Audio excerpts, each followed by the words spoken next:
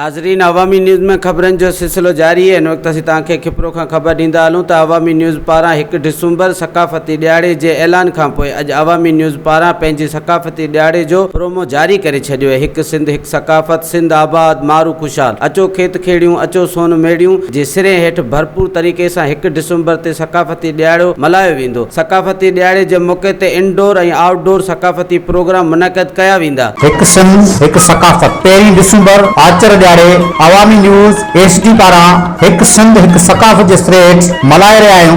अचो त अवामी न्यूज़ सां गॾु समूरा सिंध वासी पंहिंजी धरती सां, धरती जे रंगनि सां रंगिजी वञो। अचो खेत खेड़ियूं, अचो सोन मेड़ियूं। मुंहिंजा सिंध वासियो सजणो, असांखे पंहिंजी धरतीअ सां प्यार ऐं मोहबत आहे। सिंध सदियुनि खां जीअंदी रही आहे। ही सिंध जूं बनियूं ऐं ॿारा, ही सिंध जूं ढंढूं ऐं ढोरा, ही मौज भरियो महिरान सदा वहन, सिंध आबाद मारू खुशहाल। ही लाड़, ही काछो, ही थर ऐं बर, ही सिंध जा हुनर ऐं साज़, सिंध जी ओञाण ऐं सक़ाफ़त आहिनि। सिंधी सक़ाफ़त खे उजागर करियूं। सिंध आबाद मारू खुशहाल। हिकु सिंध हिकु सक़ाफ़त, सिंध आबाद मारू खुशहाल। अचो खेत खेड़ियूं, अचो सोन मेड़ियूं। वधीक ख़बरनि ऐं तफ़सील जे लाइ विज़िट कयो असांजी वेबसाइट awamiNewsHD.com ऐं ॾिसंदा रहो अवामी न्यूज़ HD।